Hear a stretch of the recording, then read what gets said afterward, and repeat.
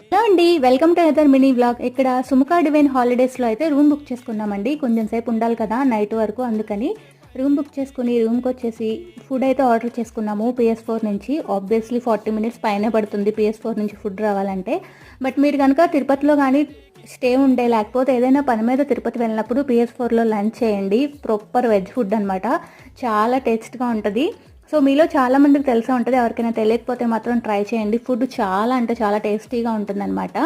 ఇంకా తర్వాత అయితే ఇంకా అత్తయ్య మామయ్య అయితే కొంచెం పడుకుంటామని పడుకున్నారనమాట.